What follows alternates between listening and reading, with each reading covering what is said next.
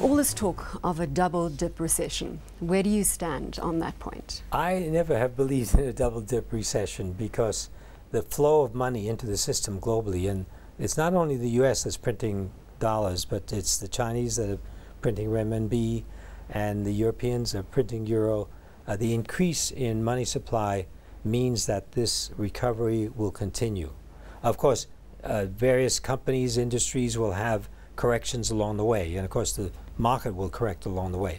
But I don't see a double dip in the sense that you have a real fallback in growth in these countries. The big debate raging is when the central banks are going to start mopping up the excess liquidity in the system. Wouldn't that be a huge risk for the emerging market environment, which has been driven by those foreign inflows? There's no question that a sudden fallback, a pullback in money supply would hurt not only emerging markets but markets around the world.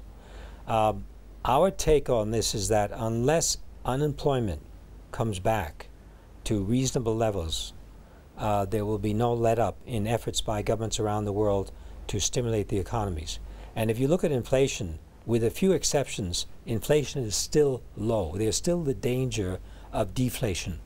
And the reason why that's happening is that countries like China, even Germany, are increasing productivity so that prices of products are continuing to be depressed in many areas. But with all the money being printed, surely the risk longer term is one of inflation, even if deflation is taking its place in the short term. Definitely. There's no question that with the amount of money in the system, we will eventually see inflation. The question is when. But for the time being, we're probably better off in projecting a continuation of the current situation. And the biggest beneficiaries, in your opinion, must be that emerging markets are going to be the biggest beneficiaries of all that excess liquidity.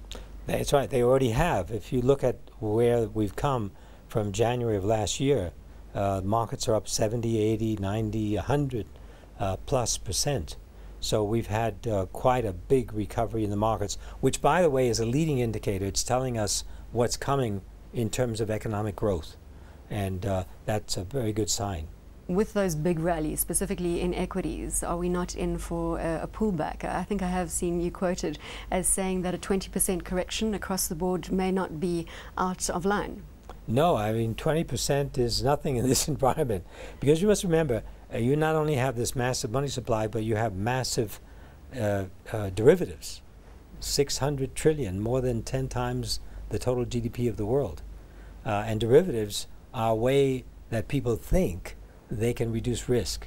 So if you have a derivative, you can take more risk. You're willing to put more money in the market. So these two things play together to accelerate the activity in the market. Are you willing to put more money into emerging markets at this stage, given the rally that we've seen, or are you waiting for a significant pullback now? We continue to put money in. Our experience over the past is that by being in cash too long, you could stand a big risk. Yes, there could be a pullback, but nobody knows when. And over the longer term, we think that these markets will continue to do quite well. So we're better being in than being out. And in the study that we've done since 1987 of bull and bear markets, there have only been 3 major bear markets in emerging markets, and they've lasted very short periods of time. Most of the time we've been in bull market territory, and bear markets have been quite short. Perhaps the key principle is not to try and time the markets. Exactly. It'd be wonderful if we could time the market, but nobody is able to predict what is going to happen to the market from day to day, month to month, even year to year. What we can do is say, where are the values? You know, we are value investors. If we stick to valuation, then we will be in safer territory. And if you look at the range of valuations in emerging markets, we're more or less in the middle now. So there are some opportunities still. Of course, not as many opportunities as there were last year, but there are still many opportunities. Mark, your view on what's happening in the Eurozone and the pressure that we've seen the Euro come under recently. Would you be betting on the sustainability of the Euro? I would say the Euro will be sustained as a major currency.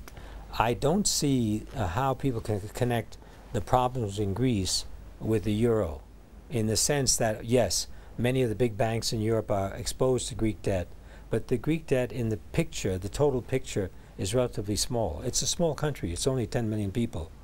And they can move out of this. They did the Olympics. There were 10 million people. They spent $10 billion on the Olympics. They can certainly start paying back their debt and cutting down on costs. The fear appears to be around contagion with Yes. Greece, and the fact that, and to quote John Malden, a prominent market commentator, and his newspaper, the Front Line, basically saying that Greece is only 2.7% of Eurozone GDP, but Bear Stearns was only, or had only exposure to 2% of US banking assets, and look at how that unfolded. Yes.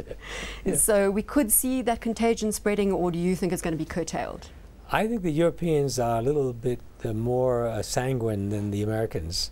The Americans, I think, panicked and went too far in closing down Bear Stearns and Lehman's. But that's another long story. I don't think they're going to panic, and they're going to do things in a more methodical way. And there will be recovery in the European market. There will have to be changes, of course. There will have to be reform, but this will take place, in my view.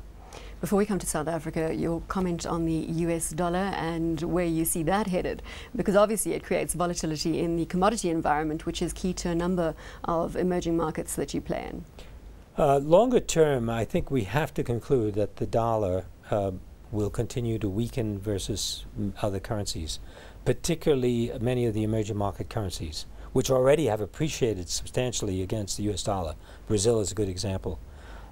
And the reason for that is that with money supply in the U.S. being so high and continuing, and also the fact that many of these other countries are growing at a faster pace, you'll probably see the dollar continuing sort of in a weak pattern. Of course, there'll be ups and downs. Now it's getting stronger against the euro and so forth. But longer term, we have to accept that fact. And by the way, that's true of most other currencies. And all the viewers out there are saying, come to South Africa, come to South Africa. We want to hear your opinion on South Africa as an investment destination. I'm very optimistic about South Africa. We were overweight in South Africa. Now we're slightly underweight because we found other opportunities and the market came up quite a lot here. But we are long-term very positive on South Africa.